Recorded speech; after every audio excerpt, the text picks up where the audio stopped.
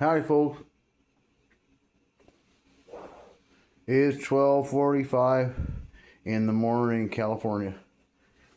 And once again, I was watching porn. It's so boring. Give it a fucking break.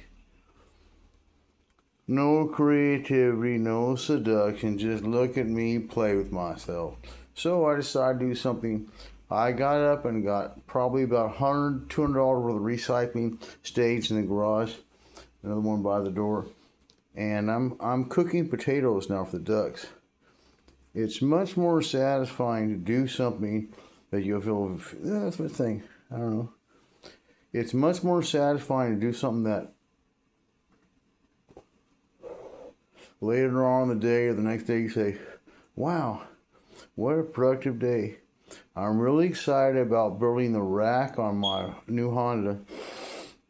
Radio Bilingual in Fresno has a radio tower that's no longer in use. It's triangulated, probably 2-inch galvanized with X braces. If I can get that on my roof, each one is probably $50 in just steel. Or I might just keep it, do structural steel, because I'm still planning on getting a bus and driving to Venezuela or Colombia. I've driven that route: Fresno, Arizona, New Mexico, Texas, cross the border usually at McAllen far. Other side is Reynosa. You can drive, I usually drive the Gulf Coast, Tampico, Veracruz, etc. Mexico DF, and then to Chiapas, or to Nicaragua or El Salvador. I made the trip, I think 14 times. It's a nice drive. I take the bus, and behind the driver, I build a wall like Moses' tablets to reflect the curvature of the bus. I brace it with angle iron, and then behind the driver, I put the wall, and I put a sheet of plywood, hands in the middle.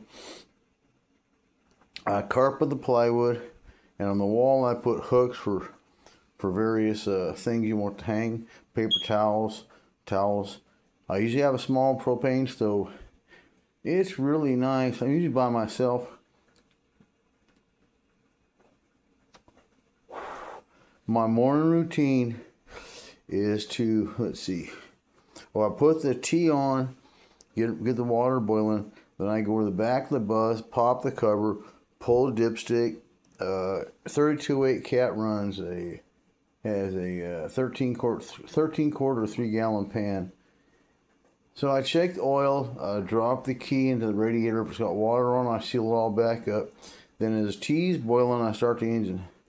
I like to get, you never work a cold engine hard. It's bad and everything. So I start the engine, just go wrong, pour myself some tea, get it all ready, store it in the dashboard. By that time the engine's warmed up, hit the doors, and get on the road. I have a 5-speed Spicer. First up there, second back here, third straight forward, fourth, and fifth overdrive straight up ahead. And then I drive throughout Mexico. All the friendly people wave, hey, gringo. They don't say that, of course, but Americans are weird. If I drove by a bunch of American guys sitting in the back pickup truck waving, oh, what are you, gay or something? In Mexico, they ain't that way. In Mexico, if I drive by a bunch of people standing outside or working, I wave. They all wave back. I give them a quick honk. Mexico is also very nice because they have a thing called cervecerías. That's a beer store. So I routinely drink and drive, not too much, a beer or two, and cigarettes. And the bus has an enormous windshield, about 4x4 windshield doubles. That's a ghillie or a crown. And so it's like driving a fishbowl. You can see everything. You got your mirrors on both sides, your mirror above the driver. And I just tool down the road. It's a very pleasant drive. When you get down into tropical Mexico, we're circling the capital, it becomes mountainous, and there are lots of hanging blue flower. Excuse me. Fuck, let me put the thing out. Disgusting.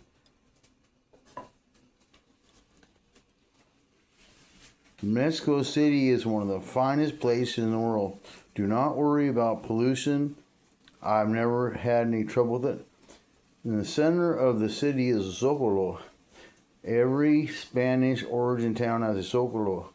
On one side is church, one side is the president's house, other side is National Theater, and the fourth side is optional. In small towns, they have a rotunda also, and young people can walk around. In the center of the rotunda, often bands play. It's very cute and romantic, and lots of cobblestone. Mexico City also has the best metro in the world. It's on rubber tires. They have special cars for women so guys can't grope them. And it only costs usually about a nickel, 5 cents or so, or less. The entire line is color coded. You can be illiterate until you use a line. All you have to do is tell, hey Papa, get on the train, get on the metro at the sign of the eagle. Take the pink. When it hits the green, go to the green and get off the sign of the oil barrels or the aeropuerto or whatever. Mexico City is a fine place to visit. If you go, stay at the Paris Hotel, 2 blocks from the Zocalo. Very good rooms and free coffee in the morning. Another highlight is the Panaderia Madrid. Sorry about my teeth, I'm getting fixed. The Panaderia Madrid has pastries and ice cream. It is just splendid. On the fourth side of the Zocalo, that's undefined, there's a nice hotel with balconies, and you can look out the balcony, have yourself a drink, and watch weddings take place in the grand church.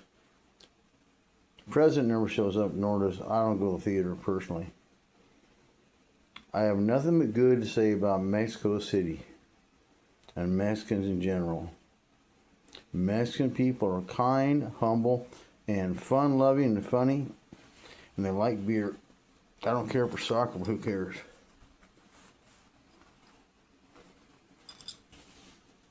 Guatemalans are nice too. They're a bit thinner. Same with Salvador. Salvadorans are intense and sexy people, but they're intense. They had a hell of a horrible war. I went to Salvador after they murdered the archbishop in the middle of a mass, and they raped or murdered 4 nuns, beat them to death with rifle butts, and stuffed their underwear in their mouth. Look at that. Rita Ford, I forget the rest of the names. I had dinner with Ambassador Robert White to El Salvador about 5 years ago, and Mr. White told me that when he went and disinterred the bodies, not only they could have shot them, right, painless, 1 bullet to the head. The soldiers could have shot them, but instead what they did after gang raping them, they beat them to death with rifle butts. And then this is a level of this is our allies in the third world, right? Salvador. They knew they'd catch hell. They didn't care. Come on, raping and murdering and beating to death 4 nuns, and then they're stuffing their underwear in their mouths. The lack of humanity in that is striking. It's incredible, but it's not the first time we've been in bed with the monsters. Jose Posada Carillas, horribly. Jose Posada Carillas is a terrorist that worked for us. He's responsible for bombing the Cuban airliner. I think that was going Cuba to Venezuela or Cuba to Colombia. He put a bomb in it. He worked for the CIA. Luis Posada Carillas. Not the first terrorist work, but it won't be the last, certainly. The United States decides who the government of Honduras, not the Hondurans. The United States decides who the president of Guatemala is, too. Guatemala, Honduras, El Salvador, going south, Nicaragua, we had for a long time the Somoza dynasty. Costa Rica, yeah.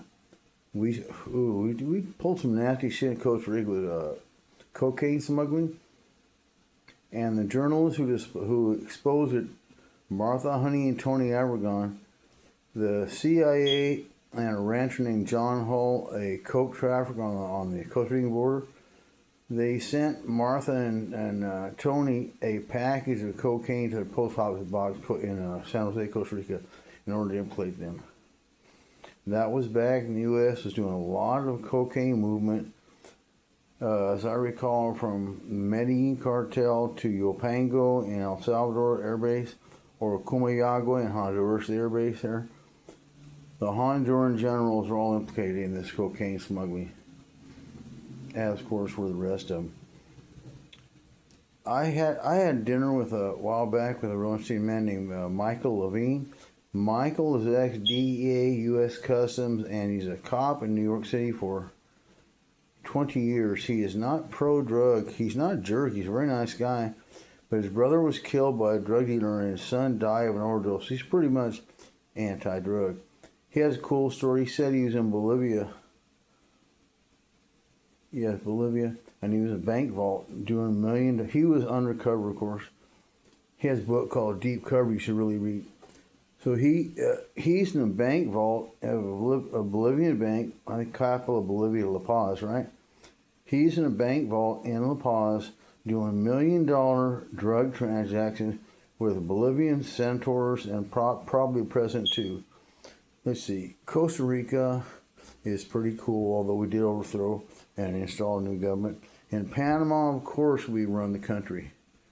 They shot 4 kids a while back for raising the Panamanian flag in the U.S. Canal Zone. It's their country. You should think about that before you kill people. And then, of course, George Bush doing that fake-ass invasion of 1991. Again, Noriega was our boy. We have no problem with Noriega's money trafficking, drug trafficking, people trafficking, because he's a terrorist and a scumbag, and so are the people that run this country. Not all of them, of course, but a lot of them, the prominent ones. Let's go backwards. Let's see, we have Trump.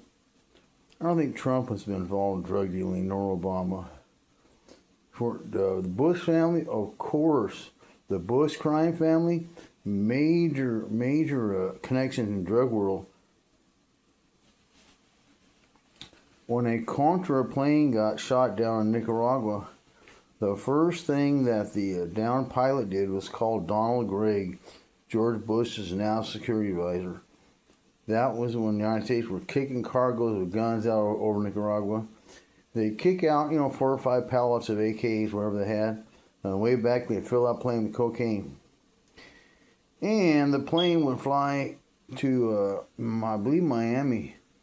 And normally, this is heavy 737, heavy 747, come into go to airstrip 8, and then sally to strip 46A.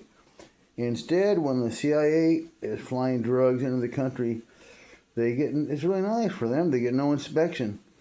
All they have to say is, this is Black Flight 2121. We got nothing to say and you have nothing to ask.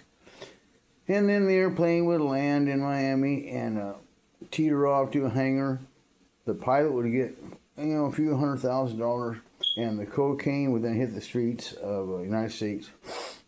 You should know that the police chief of Miami recently was arrested for connection with drug trafficking, taking millions of dollars and a number of officers to Miami's notoriously corrupt, its favorite place for the United States to smuggle.